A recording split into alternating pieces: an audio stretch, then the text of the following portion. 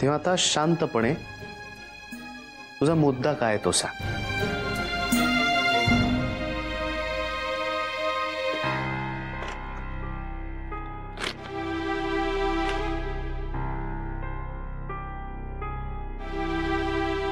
हे पैसे तुझे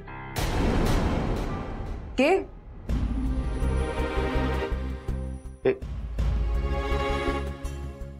हे काय चाललंय? तू माहिती नसल्यासारखं बोलू नकोस। नाही, मला मला खरंच काही माहित नाहीये यातलं। हे काय आहे? त्याला काहीही माहिती नाहीये खरंच। अरे बोला ना, कोणीतरी सांगा ना।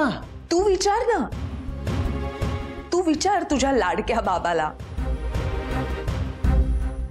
तुझ्या घरात राहायला जागा दिलीस ना तू त्याला, तूच विचार त्याला।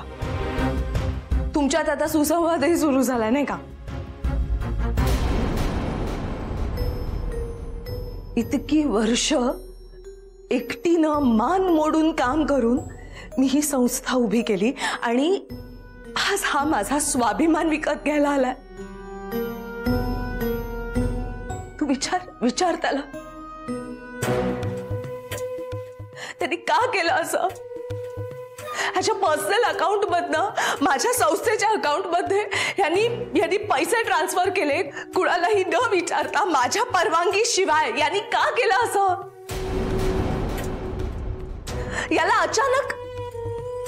याला अचानक इतक्या वर्षांनी माझ्या संस्थेचा पुळका का आला? तुला काय वाटलं तू याचे पैसे फेकलेस तर लगेच मी तुझ्याशी बोलायला तयार होईन? त्या दिवशी मी तुला ऑफिस मध्ये टाळलं होतं की नाही? तरीही आणि म्हणून तू हे केलंस? तुला काय वाटलं तुला आजी? पैसे फेकून माणसं विकत घेता येतात असं वाटलं तुला?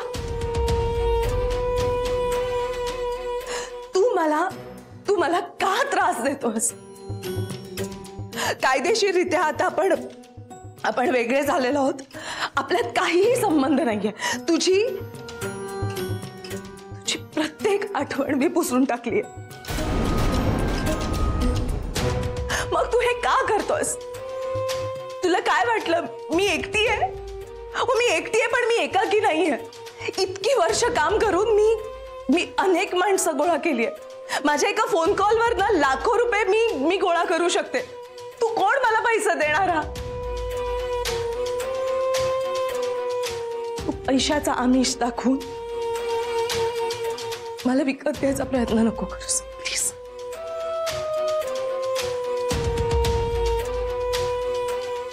हा मुद्दा आहे माझा।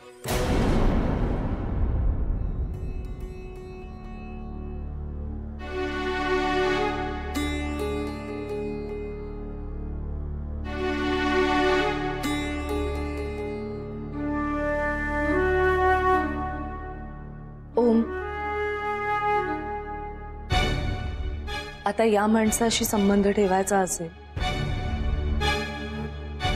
तर माझ्याशी संबंध नाही ठेवायचा।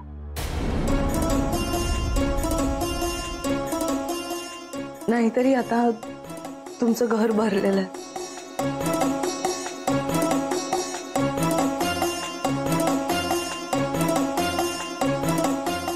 मीच काय ती बाहेरची?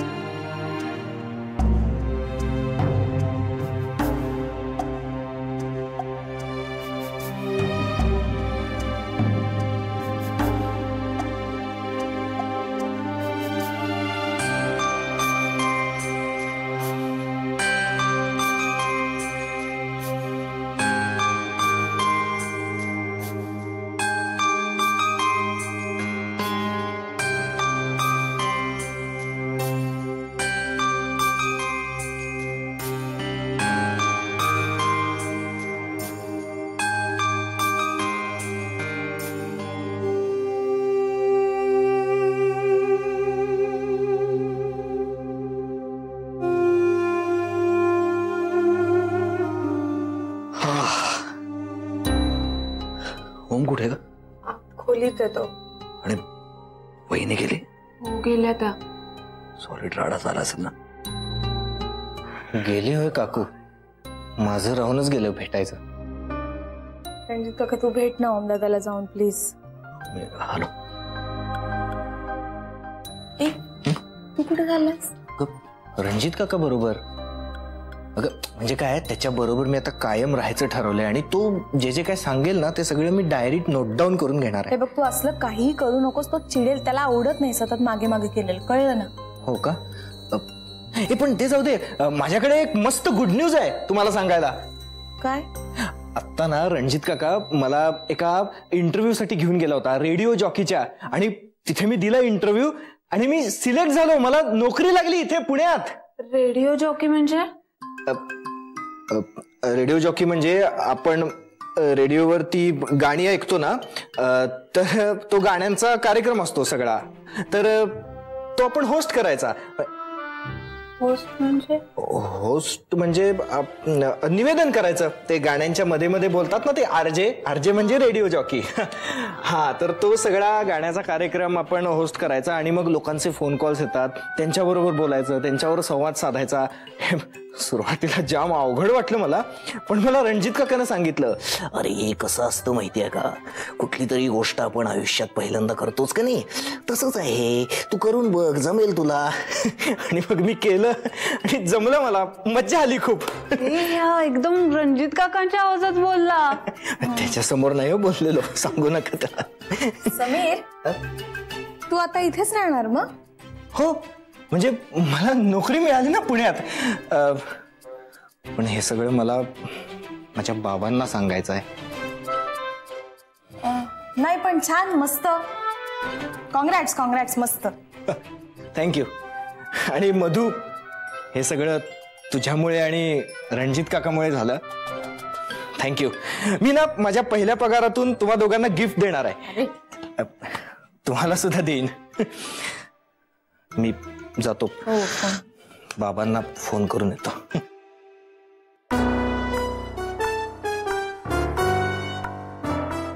तो इथे राहणार आता? अरे काय झालं रे ओमे?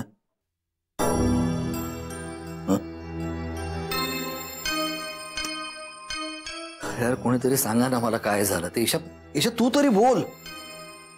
सगळं विचित्रच होऊन बसलंय. म्हणजे मला माहितीये बाबांनी त्यांना खूप चांगल्या हेतूनच मदत केली आणि त्यांना का कळत नाहीये. बाबालाच कळत नाही. काय गरज होती अशी मदत करायची तिला न सांगता? तिचा अहंकार दुखावलाच जाणार ना, कुणाचाही जाईल. आपल्यात भांडण आहे आणि उगाच कोणीतरी येऊन मदत करण्याचा आव आणला तर मग काय, ते खोटच वाटणार ना, डोकंच जाणारच ना. आणि तुला हे माहिती असणार ना. माझा काय संबंध आहे? काय ना, तुझं आणि बाबाचं गॅटमॅट आहे ना. तुम्ही आपापसात काही गोष्टी ठरवता, त्या करता आणि नंतर काही दिवसांनी मला कळत. एक मिनिट, मला उगाच वेड्यासारखं काहीतरी बोलू नकोस आणि माझ्यावर काहीच ढकलू नकोस प्लीज. एक मिनिट तुम्ही उगाच भांडत नका बसू. मला काय घडलंय ते सांगा. काय नाही काके, बाबांनी आईच्या संस्थेला मदत केली, पैसे दिले तिच्या नकळत आणि ते तिला कळलं. तो चेक द्यायला आली होती ती, तोंडावर फेकला तिने आणि काय वाटेल तसं बोलली त्याला. पुन्हा एकदा त्यांच्यात जोरदार भांडण झालं. काके काही होणार नाही त्यांच्यात आता. आणि अजित दादा तो कोलमडलाय, फार कोलमडलाय. होमला निघताना म्हणाल्या की तुला आम्हा दोघांपैकी कोणाची तरी एकाची निवड करावी लागेल.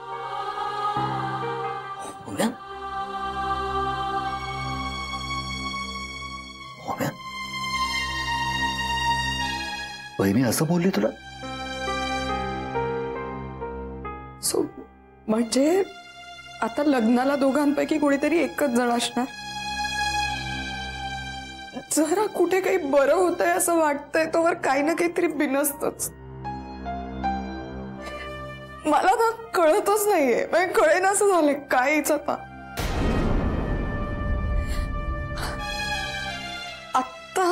कुठे ओमचा बाबांशी संवाद होतोय असं वाटत होतं, तर आईशी इतक्या लेवलवरती बिनसावं म्हणजे आता परत काहीच नाही ना. मला काय वाटलं होतं की आता त्या घरी आल्यात ना, आज म्हणजे त्या लग्नाला येतील आणि मग आपल्याला ही अशी खोटी फॅमिली प्रोजेक्ट नाही करत राहावी लागणार. आपल्याला सांगता येईल माझ्या घरच्यांना ठापड की ही आहे आमची सगळी फॅमिली, खरी फॅमिली आहे. तुम्ही असं चेहरे पाडून नका रे बसू. अगं रडतेस काय तू? मी रडू नको तर मग काय करू काका? माझ्या आणि ओमच्या लग्नाच्या तारखा काढतायत लोक आणि या लग्नाला ओमचे खरे आई बाबा नाहीत, असं कसं शक्य आहे? एक मिनिट,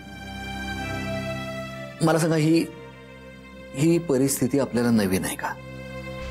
नवीन आहे का परिस्थिती?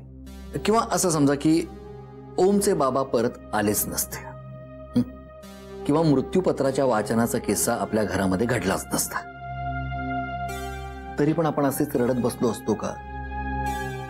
आपण आपलं नाटक पुढे चालू ठेवलंच असतं ना. आपल्याला काय फरक पडणार होता, नाही का? आणि शोभना मावशी, दत्ताराम भाऊ आजही आपल्या बरोबर आहेत. आता कोणाकोणाचा आणि काय काय विचार करत बसणार आहे आपण? ईशा, बघ, तुझी काय इच्छा होती? ओमचं आणि ओमच्या बाबांचं बोलणं व्हावं, त्यांनी एकत्र यावं, बरोबर होती ना अशी इच्छा? आले ना ते एकत्र, बोलले ना. पण आता ओमच्या बाबांनी आणि ओमच्या आईने एकत्र यावं अशी तुझी इच्छा, म्हणजे मला जरा जास्तच हट्ट वाटतो तुझा. आता ओमला आणि ओमच्या बाबाला एकमेकाला समजून घ्यायला आपण जेवढा वेळ दिला तेवढा वहिनीला वेळ द्यायला नको आहे का? आणि ती त्याला स्वीकारेल हे मला अशक्यच वाटतंय. नाही काका, त्यांनी एकमेकांना स्वीकारावं अशी अपेक्षा नाहीच आहे माझी. किंवा याच्यासाठी तरी म्हणजे भूतकाळ तर घालवलेलाच आहे ना आपण, मग निदान वर्तमान काळात तरी एकमेकांच्या समोर उभं राहून एकमेकांची ओळख होईल असे तरी वागू शकतो का आपण? एवढाच प्रयत्न आहे माझा फक्त. हो अगं, तुला काय म्हणायचंय ते कळतंय मला, पण तुम्ही असे चेहरे पाडून बसला ना की बघ मलाही कसं तरी होतं. प्लीज, अरे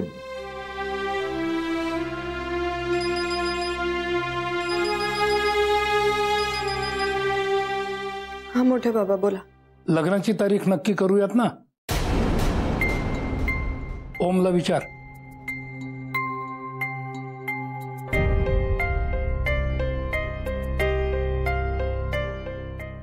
मी उद्या सासवडला येते, तेव्हा बोलूया का आपण? बरं.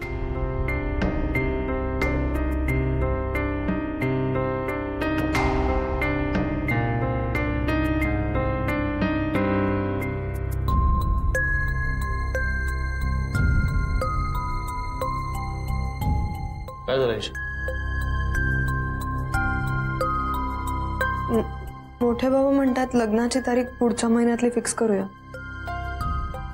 अरे वा, अरे आनंदाची बातमी आहे. मग नाही, मग आता आपल्याला कामाला लागलं पाहिजे. मी एक काम करतो, आजीला आणि मधुला सांगतो याद्या तयार करायला, आणि गुरुजीला सांगतो पटवर्धन सरांना सांगून रजा घे. मी पण ऑफिसमध्ये रजा टाकतो. सगळ्या याद्या, बरीच कामं. अरे मला भरपूर काम आहेत, आणि तुम्ही पण असं तर रडवे चेहरे करून बसू नका. कामाला लागा. चला मी येतो.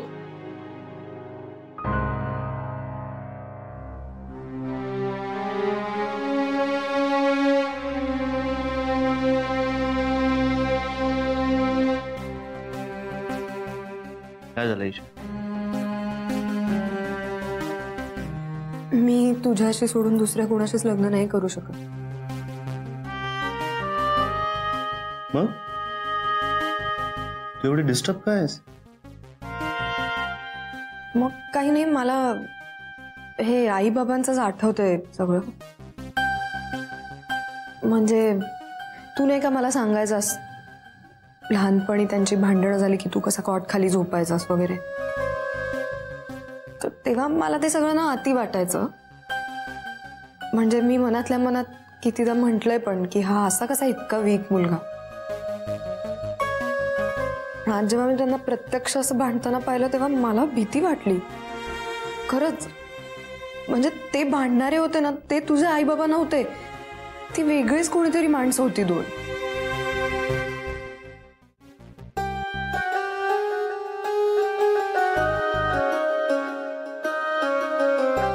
तुझं हे ऐकायला मी आहे तुझ्यासोबत ईशा. माझं ऐकायला लहानपणी माझ्यासोबत कोणीच नव्हतं. त्यामुळे त्यांच्याविषयीची भीती, त्यांच्याविषयीचा राग ना माझ्या मनात वाढतच गेला. आणि तूच समजावलंयस ना मला, भूतकाळात फार रमायचं नाही. ते लोक तेच करतायत आणि एकमेकांना दुखावतायत. डोंट वरी, काही होणार नाही. अजिबात टेन्शन घेऊ नकोस. काय ते आपल्या बरोबर आले तर चांगलंच आहे, नाही आले तरी ठीक आहे. हे बघ, तू माझ्यासाठी आणि मी तुझ्यासाठी आहोत ना, तेच सगळ्यात महत्वाचं आहे. आणि काय ना, आता मी दुसऱ्या मुलीला इमॅजिनच करू शकत नाही माझा लाईफ पार्टनर म्हणून. तुला सहन करायची इतकी सवय झाली आहे मला. आय मीन मला तू इतकं सहन करतेस त्याची मला इतकी सवय झाली आहे. त्यामुळे मी आता दुसऱ्या कुठल्या मुलीचा विचारच नाही करू शकत. नाही नाही, विचार करण्याचा प्रयत्नही करू नकोस. म्हणजे चुकून जर असं काही केलंस तर तिचं आणि तुझं दोघांचंही मी जे काय करीन ना त्याचा विचार कर तू त्याच्याऐवजी. नाही रे नाही, बाबांनी ते करून झालंय. तो काय भोगतोय ते बघतोय मी, हे मी करूच शकत नाही.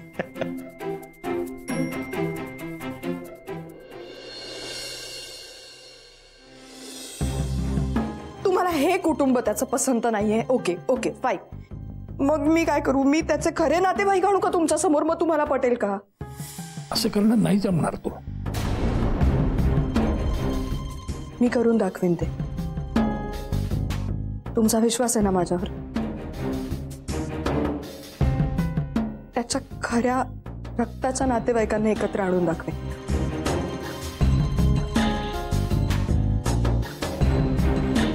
दिल्यासोबत घेतली पैसे. बघ, माणसांची मनं जुळवणं यापेक्षा कठीण आयुष्यात काही नाही दुसरं. पावलो पावली तुला अडचणी येते. पदोपदी माझे विचार पडतील. फिरून परत यावं असं वाटेल तेव्हा परत येऊ नकोस. मला हरव.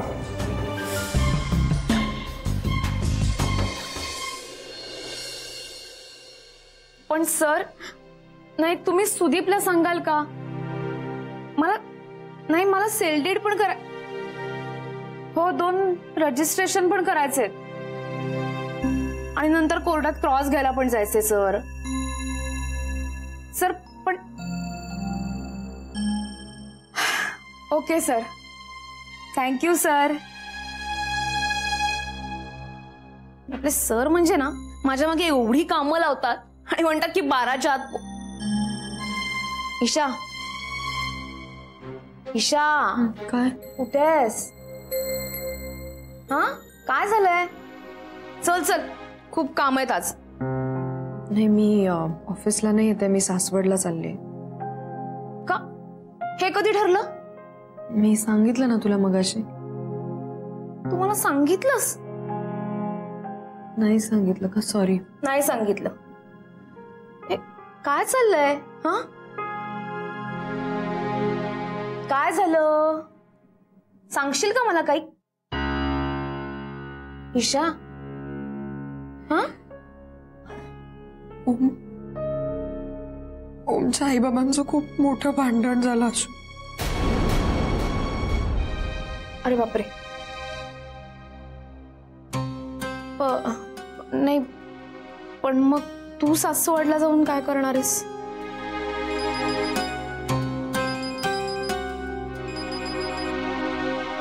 हा बोल आई. इशू, ओमशी बोलणं झालं का तुझं?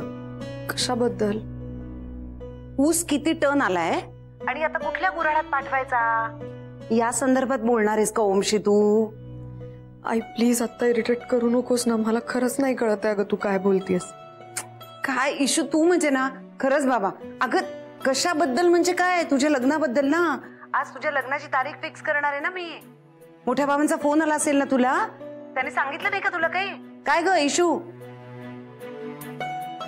ए हॅलो आई. हा सांग. मी सासवडलाच येते आता. मी तिथे आले की बोलायचं का आपण प्लीज? हा मग तेच म्हटलं मी, कारण त्या संदर्भात ओमशी एकदा बोलणं झालं की नाही तुझं ते तुला विचारावं. आणि मग काय म्हणला काय ओम, तू बोल. हॅलो हॅलो इशू, ठेवला का? ही मुलगी आहे बघ, किती दिवस त्रास देणार आहे ना मला. काय झालं असतं सांगितलं असतं तर. ईशा मला सांग, मी काही मदत करू शकते का? हा देवाकडे फक्त प्रार्थना कर की आयदर आमचं सगळं चांगलं होऊ दे, नाहीतर एकदाच काय घडायचंय ते अघटित होऊन जाऊ दे. ए please I can't take this anymore. Take it easy. हा काही अघटित घडत नाहीये. मी आहे ना. तुला एक सांगू, तू हे खोटं बोलत राहतीये ना, त्याचा तुला त्रास होतोय. एकदाच मोठ्या बाबांना सगळं सांगून टाक ना. हा खूप मोकळं वाटेल तुला, सगळं नीट होईल.